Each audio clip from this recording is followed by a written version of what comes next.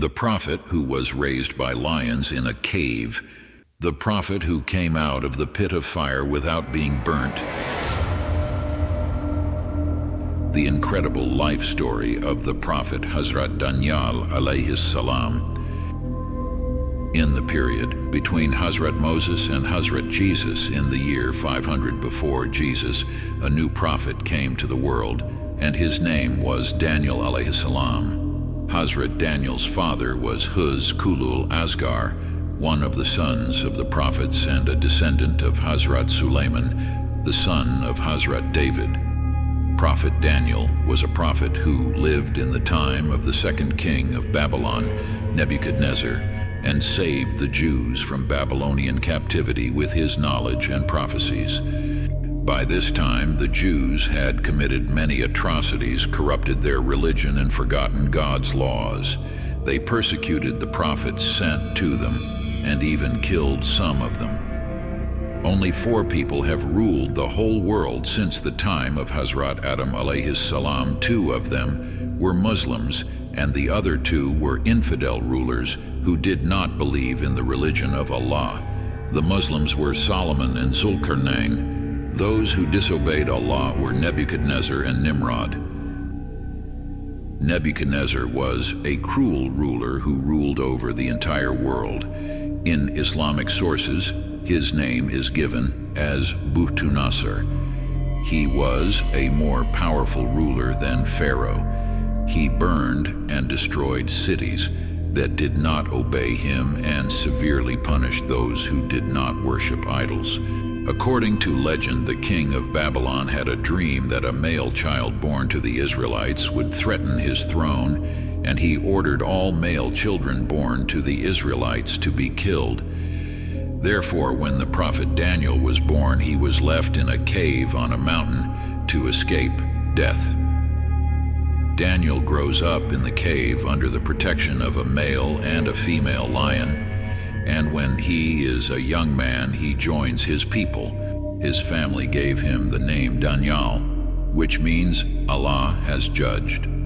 Hazrat Ali said of Hazrat Danyal, he was a prophet who was not sent with a book, but was sent to explain the previous religion. The Babylonian king destroyed Jerusalem and Al-Aqsa Mosque on his way back with his army.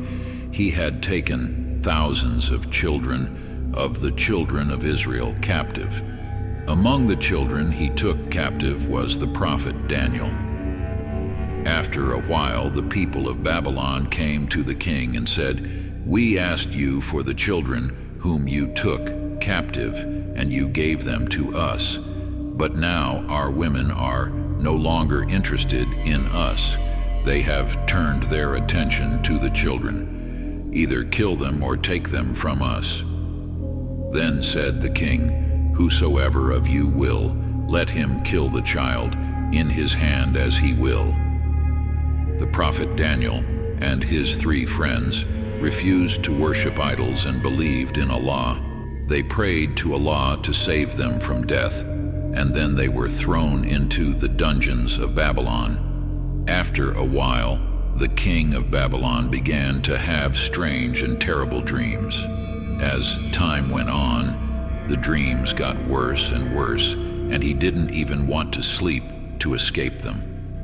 One day, he had such a dream that he woke up terrified. He was so frightened. Then he thought about the dream, but there was a problem. He couldn't remember what it was at the end of the dream that frightened him so much.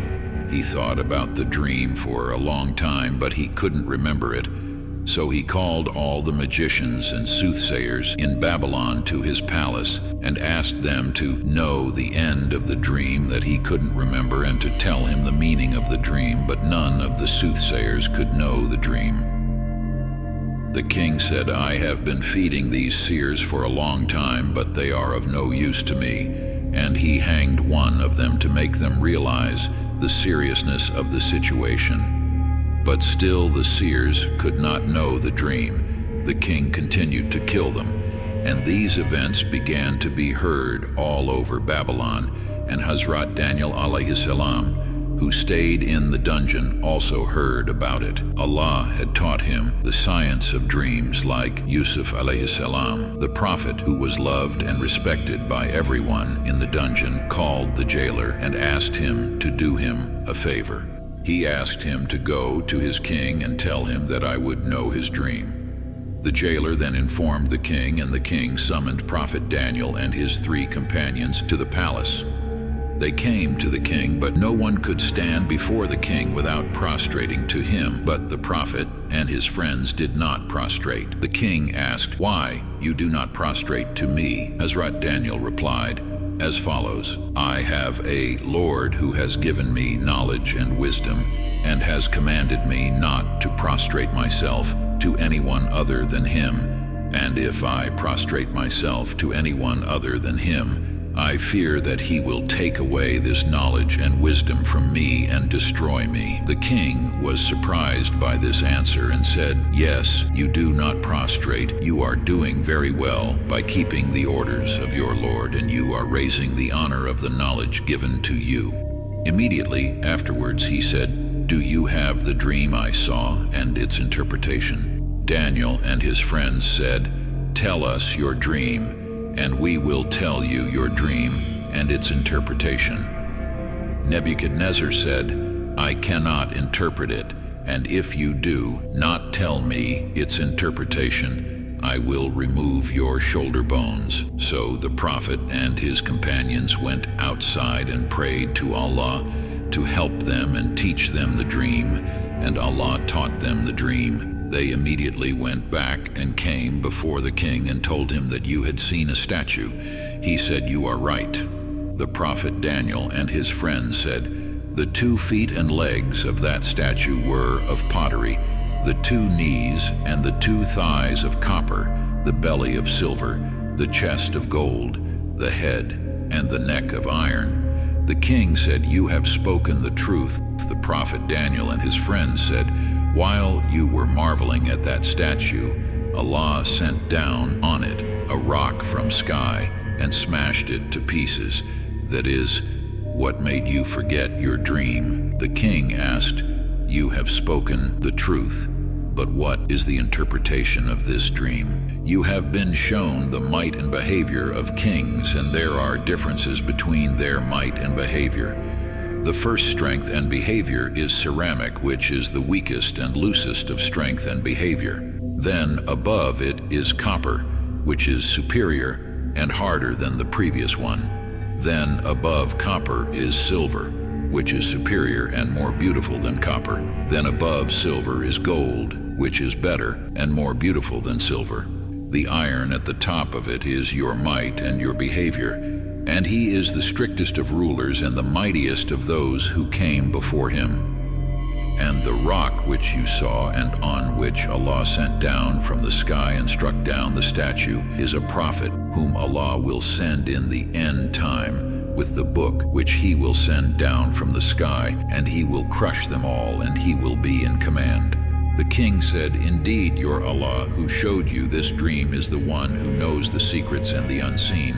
I do not know, and neither do these soothsayers. If you want, I will build Masjid al-Aqsa, and you can worship there, or you can stay here, and I will give you what you want."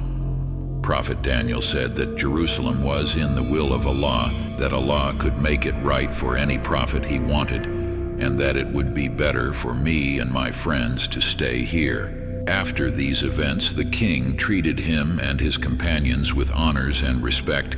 The king often summoned the prophet and consulted him and his friends about what to do.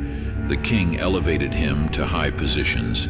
The prophet became the most honored and favorite of the people in the king's presence.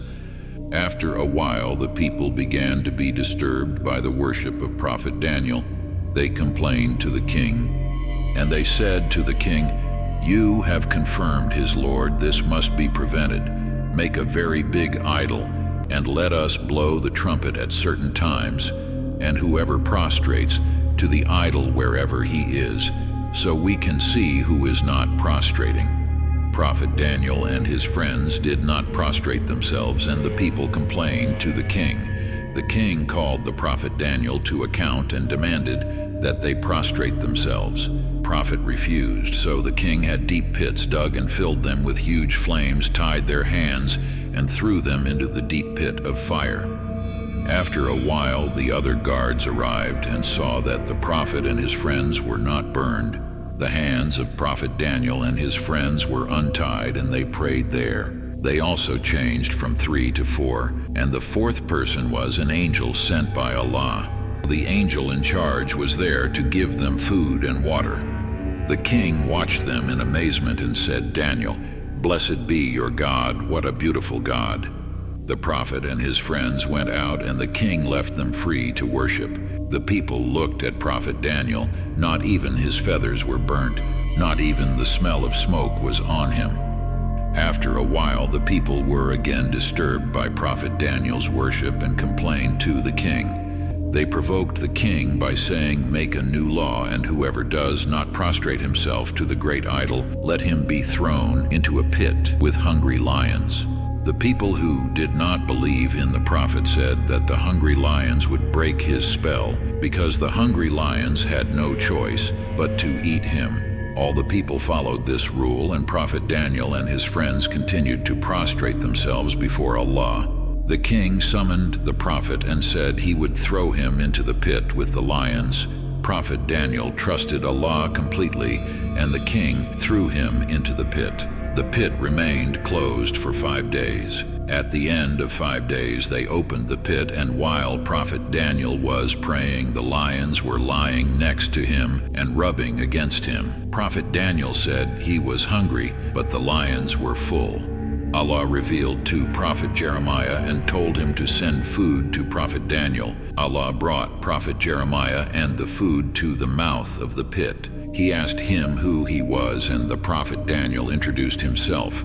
Prophet Jeremiah told him that Allah had sent me. Prophet Daniel said, "Allah has called me by name and sent me food."